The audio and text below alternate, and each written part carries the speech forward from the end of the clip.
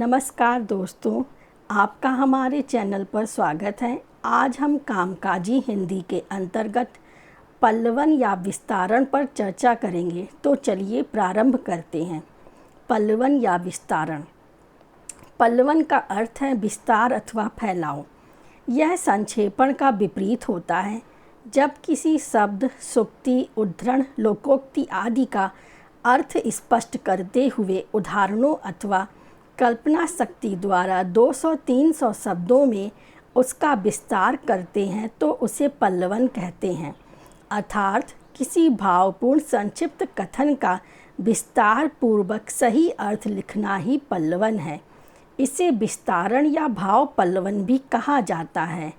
पल्लवन प्रतिभा के साथ निरंतर अभ्यास की भी अपेक्षा करता है। बेकन के अनुसार विस्तारण किसी एक विचार को एक अनुच्छेद में विस्तृत करना है।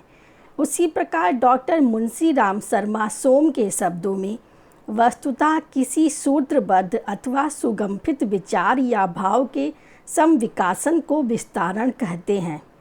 यह तो पल्लवन का अर्थ हुआ और पल्लवन की परिभाषा, लेकिन एक अच्छे पल्लवन की रचना प्रक्रिया को जानना भी बहुत ज़रूरी है। तो चलिए वो जानते हैं। पल्लवन की रचना प्रक्रिया। पल्लवन की रचना प्रक्रिया में निम्नलिखित बातों का ध्यान रखना आवश्यक है। नंबर 1, विषय परक चिंतन। पल्लवन के लिए जरूरी है कि संबंधित सूक्ति या कथन का सही अर्थ समझा जाए। इसके लिए दिए हुए कथन के प्रत्येक शब्दों पर गंभीरता से मनन करना चाहिए। संबंधित कथन पर बार बार विचार करने से उसका अर्थ सुस्पष्ट हो जाता है। नंबर 2, विचार बिंदुओं को कागज पर उतारना। चिंतन मनन के समय विषय के बारे में जो विचार आपके मस्तिष्क में आते जाएं, उन्हें कागज पर उतारते जाएं। अनावश्यक विचारों को छोड़कर शेष विचारों को क्रम से लगाया जा सकता है। नंबर 3, विचार बिंदुओं को एकरूपता देना। विभिन्न विचार बिंदुओं को लिखने के बाद इनमें परस्पर संगति बिठलाना जरूरी है। जो विचार बिंदु विषय से पृथक हो उन्हें अलग कर लेना चाहिए।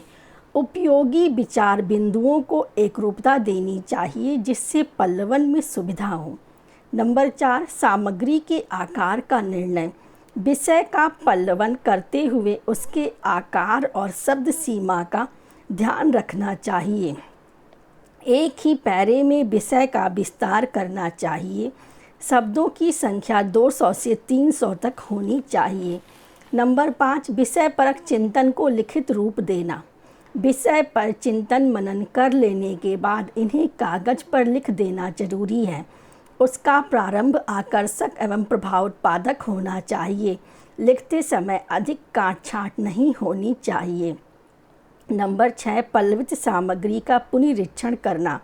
अंत में पल्लवित सामग्री का पुनरीक्षण करना चाहिए, अर्थात एक बार पुनः पूरे अवतरण को ध्यान से पढ़कर इसकी अशुद्धियों को दूर कर लेना चाहिए। ये तो ही पल्लवन की रचना प्रक्रिया की बात। अब चलिए इसकी विशेषताओं या सिद्धांत को भी जान लिया जाए। पल्लवन की विशेषताएं या सिद्धांत। पल्लवन की कुछ विशेषताएं या सिद्धांत निश्चित किए गए हैं जिनका पालन करना अत्यंत आवश्यक है। एक अच्छे पल्लवन में निम्नलिखित सिद्धांत या विशेषताएं होनी चाहिए। नंबर 1, कथ्य का स्पष्ट प्रतिपादन। पल्लवन में मुख्य ध्यान कथ्य पर रहता है, अतः कथ्य का स्पष्ट प्रतिपादन होना आवश्यक है। नंबर 2, विषय विरोधी विचार बिंदुओं का परित्याग। पल्लवन करते समय विषय विरोधी विचारों, उद्धरणों, तर्कों आदि को कोई स्थान नहीं दिया जाता है। नंबर 3, सुंदर और श्रेष्ठ शब्द चित्र। पल्लवन सुंदर और श्रेष्ठ शब्द चित्र से युक्त होना चाहिए। उसमें किसी प्रकार की कठिनता, अस्पष्टता नहीं होनी चाहिए। नंबर 4, वस्तुगत गहराई। पल्लवन में कलात्मक प्रौढ़ता और वस्तुगत गहराई का ध्यान रखना चाहिए।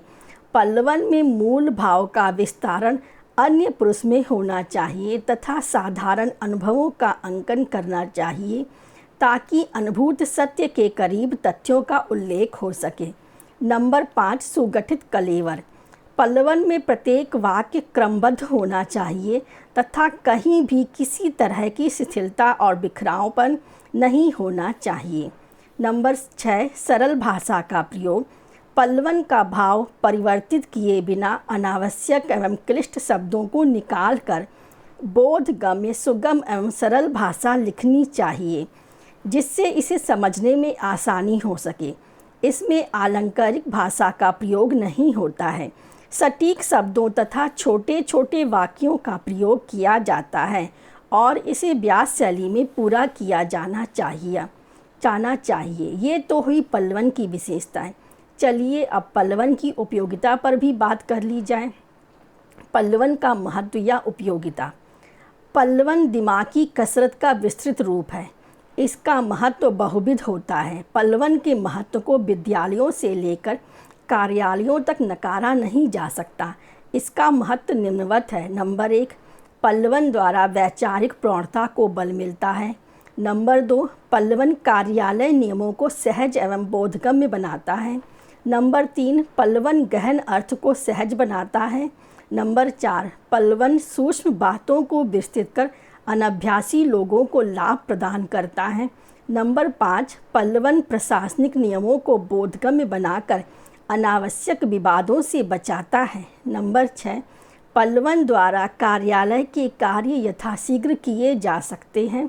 नंबर 7, पल्लवन सरकारी पत्र एवं मसौदा तैयार करने में महत्वपूर्ण भूमिका निभाता है। नंबर 8, पल्लवन द्वारा कार्मिकों में आत्मविश्वास एवं निष्ठा का भाव जागृत होता है। इस प्रकार पल्लवन द्वारा कार्यालय के कामकाज में प्रगतिशीलता का आगमन होता है। पल्लवन के कुछ एक उदाहरण आपके सम्मुख प्रस्तुत हैं, जैसे मूल अवतरण या सुक्ति है।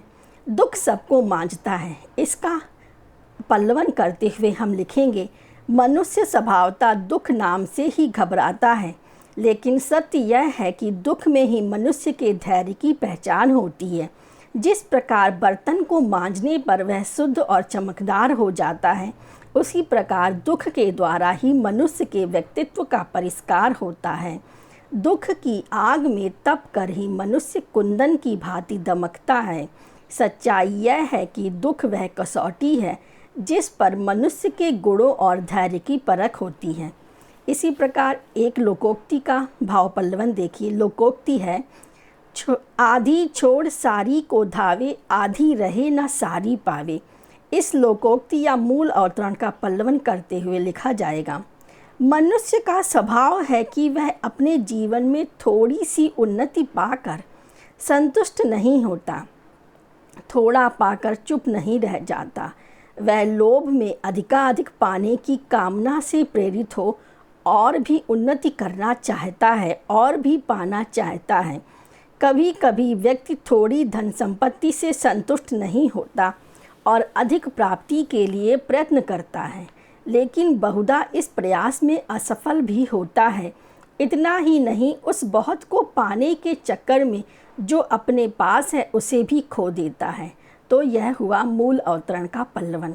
इस प्रकार स्पष्ट है कि विस्तारण या पल्लवन में किसी उक्ति को परिवर्धित किया जाता है।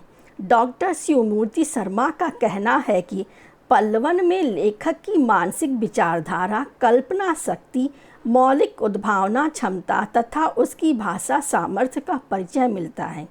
यदि आपको मेरा यह विवेचन अच्छा लगा है तो इसे लाइक कीजिए, इसे ज़्यादा से ज़्यादा शेयर कीजिए और हमारे चैनल को सब्सक्राइब कर लीजिए। धन्यवाद।